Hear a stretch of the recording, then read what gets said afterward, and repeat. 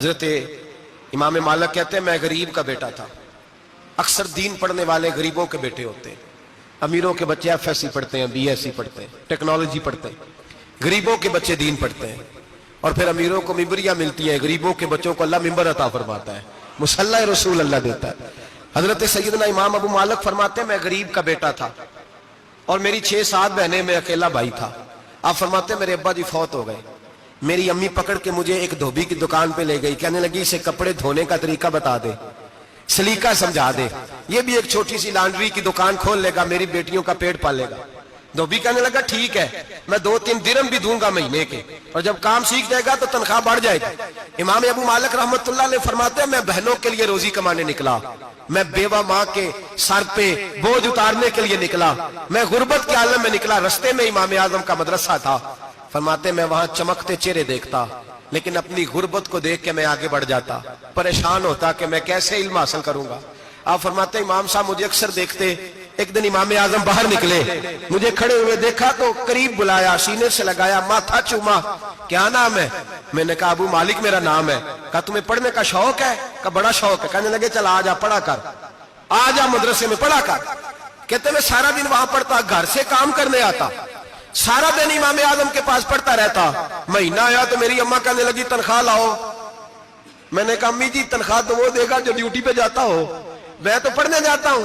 کہتے اماں گھر سے نکلی اور بڑے غصے کے ساتھ نکلی، کہنے لگی مولوی نے میرا بچہ خراب کر دیا، میرا بچہ خراب کر دیا، میں کام پہ بھیجتی تھی، اس نے کس چکر میں ڈال دیا، مسلوں سے بھی کبھی پیٹ بھرا ہے، کام بھی تو کرنے چاہیے نا۔ کہتے امام اعظم کے سامنے کھڑی ہوئی، امام صاحب بڑے امیر کبیر آدمی، اربوں خربوں پتی تھی، اور پھر اتنے بڑے عالم فقیر، سارا بغداد، سارا کوفہ، سارا مصر سلوٹ کرتا ہے۔ بی بی آئی اور تیز جملے عورتوں کا طریقہ ہوتا ہے، کہنے لگی مولوی تیری سفید داڑھی، تیرا اتنا نام، تجھے خیال ہی نہیں آیا میں بیوہ عورت ہوں، تو نے میرا بچہ خراب کر ڈالا، میری یتیم بچیاں روٹی کہاں سے کھائیں گی، مسلوں سے بھی کبھی پیٹ بھرا ہے۔ کہتی اتنے سخت جملے کہے، پر قربان جاؤ امام اعظم سنتے رہے اور مسکراتے رہے۔ کہنے لگے میری غلطی ہے، میری غلطی ہے، میری غلطی ہے، بی بی بھول گیا تھا، غلطی ہو گئی۔ بی بی کہتے تیری امام صاحب سنتے رہے، جب غصہ اتر گیا تو کہنے لگے اماں تیرا غصہ اتر گیا ہے؟ اتر گیا ہے۔ کہنے لگے تیرا بیٹا بڑا نیک ہے، تیرا بیٹا بڑا لائق ہے، تو اسے پڑھنے دے۔ کہنے لگے چپ کر بے مولوی، یہ پڑھے گا تو میں روٹی کہاں سے کھاؤں گی۔ امام صاحب کہنے لگے مجھے بتائے گی تیرے گھر کا خرچہ کتنا ہے؟ اس نے ایک لفظ تو ہے 3 دینار کا، ایک روایت ایسی بھی لکھی ہے بزرگوں نے، کہنے لگی 40 درہم ہے، اور اماں کہتی میں نے جان بوجھ کے زیادہ بتائے، حالانکہ میں کنات کا خرچہ کرتی تھی، لیکن جب کھلا ڈلا کرے تو وہ والا خرچہ بتایا۔ میں نے کہا 40 درہم خرچہ ہے، تو دے گا؟ تو کہتے امام اعظم کہنے لگے اماں تجھے لینے نہیں آنا پڑے گا، پہلی سے پہلے تیرے گھر میں پہنچ جایا کریں گے، یکم سے پہلے آئیں گے۔ او بھائیو کہاں استاد ملتے ہیں، کہاں استاد ملتے ہیں، کہاں وہ لوگ ملتے ہیں جو دعائیں مانگتے، التجائے کرتے، پیار کرتے۔ گزر گیا وہ دور، اب تو سوٹ لینے کا دور ہے، مٹھائیاں لینے کا دور ہے، ہاتھ ڈلوانے کا دور آیا ہے۔ اب کون پوچھتا ہے؟ اب تو پوچھتے ہیں تو میرے لیے کیا لایا ہے۔ حضرت سیدنا امام اعظم ابو حنیفہ رحمت اللہ علیہ 1 دن نہیں، 2 دن نہیں، 4 دن نہیں، 5 مہینے نہیں، 20 سال تک، کہنا آسان، بولنا آسان، سننا آسان، 20 سال تک امام ابو مالک کے گھر میں خرچہ دیتے رہے، وہ پڑھتے رہے۔ اماں کہنے لگی تو میرے بیٹے کو لگا تو لیا ہے تو پڑھ کے بنے گا کیا؟ حضرت امام اعظم فرمانے لگے بادشاہوں کے تخت پر بیٹھ کر بادشاہوں کے ساتھ کھانے کھایا کرے گا، ان کے ساتھ بیٹھ کے حلوہ کھائے گا، وقت آئے گا تو دیکھے گی۔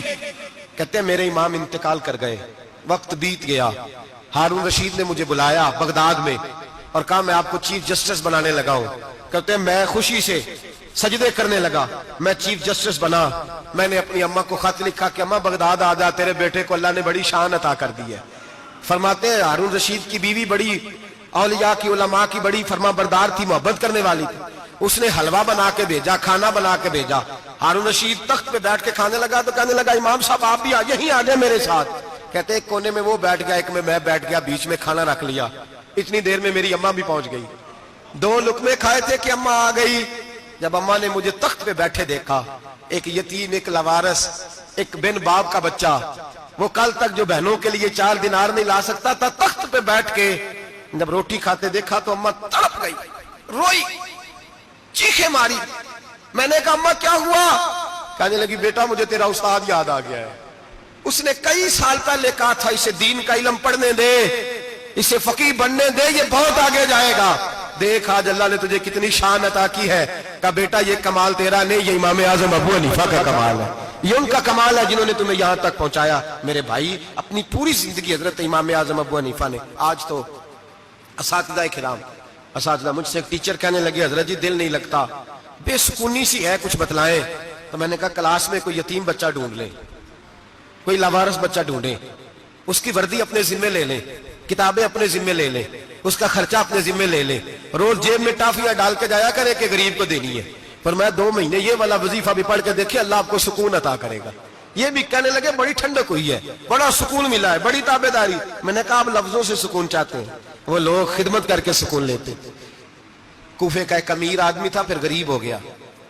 غریب، غربت بڑی پریشانی ہے، بڑی پریشانی، بڑی آزمائش۔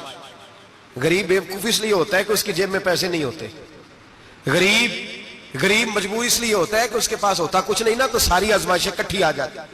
غریب آدمی تھا، محنت مزدوری کرتا لیکن پوری نہ ہوتی۔ وہ کہتا ایک دن گلی میں ککڑی بیچنے والا آیا، تو میری ایک بیٹی تھی چھوٹی سی، باقی بچے بڑے تھے، چھوٹی ضد کرنے لگی، کہنے لگی ککڑی کھانی ہے، ککڑی۔ کہتے میں پریشان ہو گیا، دل ٹوٹ گیا، بیٹی نے سوال کیا ہے۔ فرماتے میں نے سوچا کس کے پاس جاؤں، کسی اور کے پاس مجھے سمجھ نہ آیا، میں سیدھا امام اعظم کے پاس چلا گیا۔ یہ شخص ہے جو مجھے دے گا بھی اور میرا پردہ بھی رکھے گا، مجھے دے گا بھی اور میرا، بولیے، میرا یہ پردہ بھی رکھے گا، یہ رسوا نہیں کرے گا، یہ فوٹو نہیں کھچائے گا، یہ فوٹو کھچا کے پہلے دن فیس بک پہ نہیں لگائے گا کہ میں غریبوں میں تھیلے بانٹ رہا ہوں، یہ اسی وقت اخبار والوں کو نہیں ملائے گا ایک تھیلا اور 6 اخباروں میں تصویریں، یہ اس طرح نہیں خیرات دے۔ حضرت امام اعظم کے پاس گیا تو فرماتے رش بہت زیادہ تھا، میں امام صاحب سے بات ہی نہ کر سکا، واپس آ گیا۔ امام صاحب نے بندہ بھیجا، فرمایا پتہ کر یہ بندہ کسی ضرورت کے لیے آیا تھا، رش کی وجہ سے بات نہیں کر پایا۔ کہتے واپس میرے پیچھے بندہ بھیجا، وہ میرے گھر تک آیا، گھر آ کے اس کو حالات کا پتہ چل گیا، واپس گیا۔ کہتے ہیں 3 تھیلیاں اشرفیوں کی بھر کے امام اعظم لائے اور خود آئے اور رات کے اندھیرے میں آئے اور مجھے تھیلیاں دے کے نا تو میرے آگے ہاتھ باندھ دیے۔ میں نے کہا حضور ہاتھ کیوں باندھتے ہیں؟ آپ فرمانے لگے یار دکھ اس بات کا ہے کہ تو میرا پڑوسی تھا اور تیری غربت کا مجھے پتہ ہی نہیں چلا، تو میرے علاقے کا تھا اور میں نے سوچا ہی نہیں، میرا اپنا تھا مجھے خیال ہی نہیں آیا۔ فرمایا معاف کر دے، میری شکایت نہ کرنا کہ یہ میری طرف توجہ نہیں کرتا تھا۔ علم بھی تھا، عمل کا نور بھی تھا، تقوی کا حسن بھی تھا، غریب کی مدد کا جذبہ بھی تھا۔ آج لوگوں پر مال کا فتنہ سوار ہوتا ہے، سب پر نہیں لیکن زیادہ لوگوں پر۔ جیسے جیسے مال آتا جاتا ہے ویسے ویسے عقل بھی آتی جاتی ہے، ویسے ویسے سیانے بھی ہوتے جاتے ہیں۔ کہتے ہیں وہ بھی کمائے وہ بھی کرے، میں تو ٹیکنیکلی بڑا ہوں، میں عقل مند ہی، میں بڑی نہ بہن کی فکر رہتی ہے، نہ بھانجوں کی فکر رہتی ہے، نہ رشتہ دار کی فکر رہتی ہے، نہ دائیں بائیں کچھ دیکھتے ہیں۔ لوگ جیسے جیسے پاورفل ہوتے جاتے ہیں، ہٹتے جاتے، کٹتے جاتے، امیروں سے گرانے لگتے جاتے ہیں، آگے کی طرف دیکھتے جاتے۔ امام اعظم ابو حنیفہ رحمۃ اللہ علیہ نے ساری زندگی پیار کیا، محبت بانٹی، علم، فقاہت، تقوی، روشنی۔ آج لوگوں کو علم ہوتا ہے پر علم کا نور نہیں ہوتا، ہمیں بہت ساری باتوں کا پتہ ہوتا ہے پر وہ باتیں ہمارے لفظوں میں ہوتی ہیں، ہم اس کے حسن سے آگاہ۔ اور اگر میں یہ کہہ دوں کہ ہمیں ان باتوں پر یقین کامل نہیں ہوتا، کہہ رہے ہوتے ہیں، ہم سمجھتے ہیں، بڑی باتیں کرتے ہیں، لیکن ان باتوں کے پیچھے جو عمل کا جذبہ ہے وہ پھیکا ہوتا۔ امام اعظم ابو حنیفہ رحمۃ اللہ تعالی علیہ جتنے بڑے عالم تھے اتنا ہی بڑا خوف تھا اللہ کا دل میں، اتنا ہی بڑا خوف تھا۔ ایک آدمی کہتا ہے میں نے امام صاحب سے مسئلہ پوچھنا تھا، میں نے عشاء کی نماز امام صاحب کے پیچھے پڑھی، کتنی لوگ باتیں سنتے ہیں، اس کا اثر کتنا لیتے ہیں، لیکن امام صاحب رحمۃ اللہ علیہ کا طریقہ کیا تھا؟ کہتے میں نے امام صاحب کے ساتھ نماز پڑھی مسجد میں، تو قاری صاحب نے قرآن پڑھا، اذا زلزلت الارض زلزالہا واخرجت الارض اثقالہا، فرماتے ہیں آخری 2 آیتیں پڑھی، فمن یعمل مثقال ذرۃ خیرا یرہ ومن یعمل مثقال ذرۃ شرا یرہ۔ اللہ فرماتے ہیں میں قیامت کے دن تیرے ذرے ذرے کا حساب کروں گا، ذرہ برابر نیکی ہوئی تو تیرے سامنے آئے گی، ذرہ برابر گناہ ہوا تو تیرے کس کے برابر؟ جی وہ کتنا ہوتا ہے؟ ریت کا 1 ذرہ، اس کے برابر بھی گناہ ہوا تو تیرے سامنے، یہ اللہ کہہ دیا ہے، تو ایسا انشاءاللہ ہو کے رہے گا۔ اللہ ایک دفعہ دکھائے گا، دعا فرمائے اللہ ہمیں معافی عطا فرمائے، اللہ ہم سے درگزر فرمائے، اللہ ہمیں بخشے ہوئوں میں شامل فرمائے۔ یہ آیت امام صاحب نے سنی تو کہتے ہیں میں نمازی سارے چلے گئے تو امام صاحب بیٹھے اور یوں نہ اپنی داڑھی پکڑ لی, چراغ ٹمٹما رہا, کہتے ہیں داڑھی پکڑ لی اور امام صاحب بیٹھے. میں نے کہا کہ کسی محویت کے عالم میں ہے, سوچ میں, چلے میں تھوڑی دیر میں آتا ہوں. کہتے ہیں میں 2 گھنٹے کے بعد آیا تو امام صاحب ایسے بیٹھے ہیں داڑھی پکڑی ہوئی. میں نے کہا ٹھہر کے آتا ہوں. میں پھر 1-1.5 گھنٹے کے بعد گیا تو ویسے ہی بیٹھے. کہتے ہیں تہجد کا وقت ہو گیا, میں مسجد میں گیا تو چراغ ٹمٹمانے لگا, ختم ہونے کے قریب آ گئے. امام صاحب بیٹھے, اب میں نے دیکھا کہ آنکھیں آنسوؤں سے بھری ہوئی ہیں اور اپنی داڑھی پکڑ کے کھینچ رہے ہیں اور کہتے ہیں یا اللہ تو اگر ذرے ذرے کا حساب لے گا تو ابو حنیفہ تو الجھ جائے گا. اے اللہ تو ذرے ذرے کے بارے میں پوچھے گا تو میں تو نہیں جواب دے سکتا. خدا بندہ اس طرح کر, میرے ان سفید بالوں پہ رحم کھا. اے اللہ میرے بڑھاپے پہ مہربانی فرما, مجھ سے نہ ذرے ذرے کا پوچھنا, میں بڑا کمزور ہوں, میں نہیں جواب دے سکتا. مولا مجھ سے درگزر والا معاملہ کر. کہتے تڑپ رہے ہیں امام صاحب. فجر کی اذان ہوئی تو امام صاحب نے دائیں بائیں دیکھا, میں پیچھے کھڑا تھا. میں نے کہا حضور ساری رات ہی گزر گئی, آپ ایک آیت سن کے پریشان رہے اور میں روزانہ 20 تقریریں سنتا ہوں, درجنوں حدیثیں سنتا ہوں, مجھے تو اثر نہیں ہوتا. آپ فرمانے لگے مجھے تیرے معاملے کا نہیں پتا, لیکن مجھے اگر تو نے دیکھ لیا ہے تو کسی کے ساتھ ذکر نہ کرنا مجھے. اور فرمانے لگے پھر تو نیک آدمی ہوگا, تجھے نہیں خیال آتا, تو میں تو جانتا ہوں من آنم کے من دانم, پتہ سارا ہے سردار نو کی تیانا, میں تو جانتا ہوں نا, مجھے خبر ہے, لہٰذا میں نہیں حساب دے سکتا, تیرا نہیں مجھے پتا. جتنا میرے بھائی علم زیادہ اتنا خوف بھی. حضرت عبداللہ ابن مسعود فرماتے ہیں زیادہ باتیں کرنے والا عالم نہیں ہوتا, اللہ سے زیادہ ڈر جانے والا عالم ہوتا ہے. جو آدمی لمبی چوڑی گفتگو کرے وہ فقیہ نہیں, وہ اللہ سے ڈرنے والا نہیں, بلکہ جس کو وہ بات کرے تو تھوڑی کرے, ڈر کے کرے, خوف کے ساتھ کرے. اللہ کی خشیت جس کے دل میں ہو وہ بڑا عالم ہوتا ہے. حضرت امام اعظم ابو حنیفہ رحمت اللہ علیہ مالدار تھے اور اپنے مال میں سے حصے نکالتے تھے. امام صاحب فرمایا کرتے تھے میں نے چند 1000 درہم رکھ دیے. حضور کس لیے؟ فرمایا لوگوں کو قرضہ دینے کے لیے. نبی پاک صلی اللہ علیہ وسلم نے فرمایا قرضہ لینے والے کو منع کیا ہے, فرمایا قرضہ ایک قید ہے, بغیر مجبوری کے نہ لینا. اب لینے والے بھی احتیاط نہیں کرتے, فٹافٹ قرضے کے پیچھے بھاگتے. بڑی مجبوری ہو تو قرضہ لیں, فرمایا مقروض قیدی ہوتا ہے, قرضہ لینے سے بچو. اور دینے والے کو کیا کہا؟ فرمایا اگر سامنے والا تنگ دست ہو نا, تنگ دست, تو اسے مہلت دو. جتنی تم مہلت دو گے اللہ اتنے پیسے روز صدقہ کرنے کا ثواب عطا فرمائے گا. اگر تنگ. ایک صاحب مجھے کہنے لگے, میں نے رمضان شریف میں نا قرضے کے حوالے سے یا کچھ عرصہ پہلے کسی موقع پر قرض کے حوالے سے کو بات کی, تو ایک صاحب مجھے کہنے لگے حضرت صاحب جیسے کسی کو لینا ہوئے نا 20,000 تو انہوں ترا کے لئی دے, تو جی 20 کروڑ لینا ہوئے تو پھر نہیں ترایا جاتا. میں نے کہا کیوں؟ کہنے لگے 20,000 والا بندہ ماڑا ہوتا ہے نا, جہاں 20 کروڑ کھا گیا وڈی مگرمچھ ہوتا ہے, انہوں ترایا جا سکتا, وہ دے کے بندے ترلے ہی کر دے, چل بھائی کیویں دے سکنا ہے. وہ جو 20,000 والا نا ماڑا بندہ کہتے تو دینے نے کہ تیرا بندوبست کریے, کہتے چل صاحب جمعرات لے آؤ کسی طریقے, جمعرات ماڑا ہے نا. نبی پاک نے کیا فرمایا؟ حضور نے فرمایا تجھے پتہ چل جائے کہ تنگ دست ہے تو مہلت دے, جتنے دن تو اس سے پیسے نہیں لے گا اتنے پیسے روز صدقہ کرنے کا ثواب دیا جائے. اب لوگ جو تگڑی موٹے مگرمچھ ہیں ان کو مہلت دیتے ہیں, وہ کہتے ہیں جا جتوں لب نہیں لے, پھر کہتے ہیں نہیں آپ بتائیں آپ کیسے دے سکتے. اور ماڑا بندہ انہیں 2,000 دینا ہے دکان کا, اس کو دکاندار کہتا ہے کل سائیکل لے کے تب گزرنا میرے آگے سے اگر پیسے دینے ہیں تو میں نے سائیکل رکھ لینا. ڈرنا چاہیے اللہ پاک, ہمیں پتا ہوتا ہے سامنے والا غریب ہے, تنگ دست ہے, مجبور ہے, اسے مہلت دینی. امام صاحب کہتے ہیں میں نے کچھ پیسے رکھے ہوئے تھے, پس منظر یہ تھا کہ غریب لوگ آتے ہیں تو میں ان کی مدد کروں گا. امام اعظم ابو حنیفہ نے ایک بندے سے پیسے لینے تھے اور حال یہ تھا کہ آپ دھوپ میں کھڑے تھے, ساتھ اس بندے کا مکان تھا. لوگوں نے کہا حضرت دیوار کے سائے میں ہو جائے. فرمانے لگے اس سے پیسے لینے ہیں, اگر سائے میں کھڑا ہوا تو سود میں شمار ہو جائے گا, میں اس سے فائدہ نہیں لے سکتا. ایک بندے سے قرضہ لینا تھا, وہ آپ کو دیکھ کے گلی اور دوسری گلی میں چلا گیا, رستہ بدل گیا اور چھپ گیا. امام صاحب رونے لگے, کہنے لگے اے اللہ میں اتنا برا ہو گیا ہوں کہ تیرے بندے مجھ سے چھپنے لگے. اس کو ڈھونڈ کے لائے, کیوں چھپتا ہے؟ کہ حضور آپ کے پیسے دینے ہیں. آپ نے فرمایا جا میں نے اللہ کی رضا کے لیے معاف کیے, آج کے بعد چھپنا نہ, اس لیے میں نہیں چاہتا کہ تجھے کوفت ہو, تو میری طرف دیکھ کے چھپنے لگا ہے, میری طرف دیکھ کے. غریب تو بھائی گلیوں میں گھستے پھرتے ہیں کہ کوئی بندہ مل نہ جائے. مقروض آدمی پتہ اس وقت چلتا ہے جب خودکشی کر گیا, پتہ اس وقت چلتا ہے پھر لوگ آتے ہیں اس کے بچوں کو کہتے ہیں فکر نہ کرنا ہم تیرے ساتھ ہیں, تو اس کے ساتھ ہونا تھا, ان کا سایہ بچ جاتا. اب آئے ہو امام اعظم ابو حنیفہ رحمت اللہ تعالیٰ علیہ لوگوں کو سہولت دیتے, آسانی دیتے, پیار کرتے, محبت کرتے. ہم لوگوں کا مزاج ایسا نہیں ہے, ہماری اخلاقیات کے اندر وہ حسن نہیں جو ہمارے بزرگ ہمیں دے کے گئے. اور پھر چھوٹی چھوٹی باتوں میں حقوق العباد کا خیال کرتے, چھوٹی چھوٹی باتوں. ہم تو گالی دے کے بھی کہتے ہیں نا چل کیا ہو گیا, گالی دی ہے نا. میں نے دیکھا ہے سائیکل والے کی ٹکر اگر پجارو والے کے ساتھ ہو جائے تو معافی سائیکل والے نے مانگنی ہے, کیونکہ وہ سائیکل پہ بیٹھا ہے نا, اس کی غلطی یہ ہے کہ وہ سائیکل پہ بیٹھا ہے. معافی سائیکل والے نے مانگنی ہے, پجارو والا نہیں مانگے گا. ہو سکتا ہے سائیکل والا اٹھ کے کہے جناب مجھ سے غلطی ہو گئی, مجھے پتہ ہی نہیں تھا کہ آپ تھے, ورنہ میں آپ کے آگے نہ آتا. سائیکل والا مجبور ہے کیونکہ اس کے پاس پجارو نہیں, اور پجارو والا تو شیشہ نہیں نیچے کرتا, کہتا دھوپ آئے گی, گاڑی بڑی مشکل سے ٹھنڈی کی ہے. نیچے اتر کے ملازم کہتا ہے اس کو پوچھو اگر کوئی 200-400 کا نقصان ہوا تو 500 دے دو. مزاج ہے. امام اعظم ابو حنیفہ رحمۃ اللہ علیہ عالم, حقوق العباد کا چھوٹی چھوٹی, آپ کے شاگردوں میں سے کسی کے چہرے پر شکن آتا تو 20 بار پوچھتے کوئی پریشانی ہے میرے بیٹے کو, کیا ہو گیا.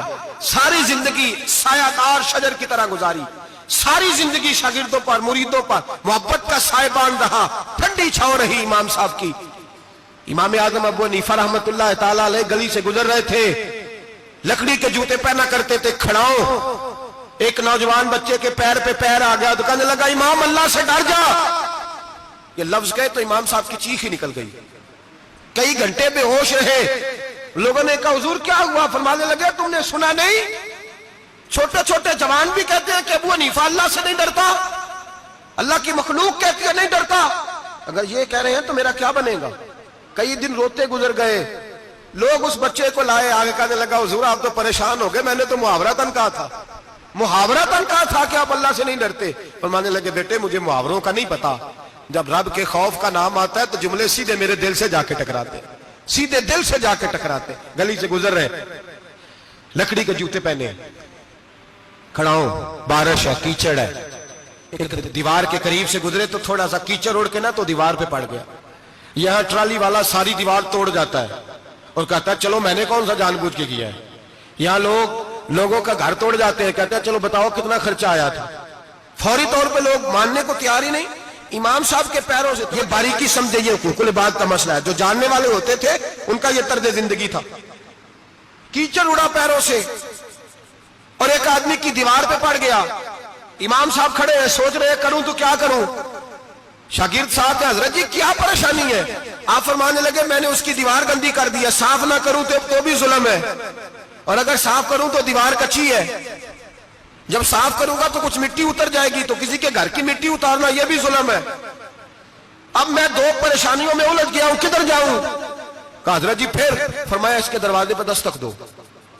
دروازے پہ دستک دی تو جو بندہ باہر آیا وہ مجوسی تھا, آگ کی پوجا کرنے والا تھا.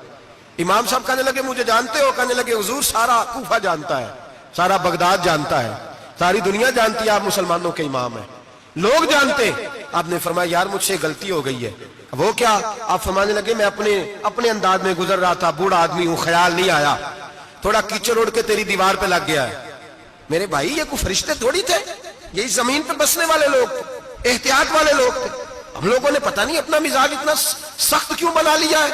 کتنے لوگوں کو لتاڑ کے, کتنی پگڑیاں اچھال کے, کتنے حقوق العباد ضائع کر کے بھی ہم اسی طرح کے مطمئن ہیں. کہاں سے تسلی لاتے ہیں ہم, کہاں سے اپنے آپ کو ٹھنڈک دیتے ہیں, کیسے اپنے آپ کو ہم سکون دے لیتے ہیں کسی کو تکلیف دے کے. کس طرح سکون کی نیند آتی ہے جب کوئی پریشان ہوتا, کیوں ہمارا دل پتھر ہو گیا. اعلیٰ حضرت فرمایا کرتے تھے جا کسی سے جا کے علاج کرا, تیرے سینے میں جو دل دھڑک رہا ہے وہ سخت ہو گیا, جا کسی سے جا کے اس کی دوائی کھا, تجھے خیال ہی نہیں آتا تڑپتے لوگوں کو دیکھ کر, جا کے علاج کرا, اگر ایسے ہی مر گیا تو حالات تیرے حق میں اچھے نہیں ہوں گے. حضرت امام صاحب تڑپ رہے ہیں اور اس شخص کے سامنے آہوزاری کر رہے ہیں جو مجوسی بھی ہے, غریب بھی ہے, کچے گھر میں رہتا ہے. فرمایا یار بتاؤ کیا کروں.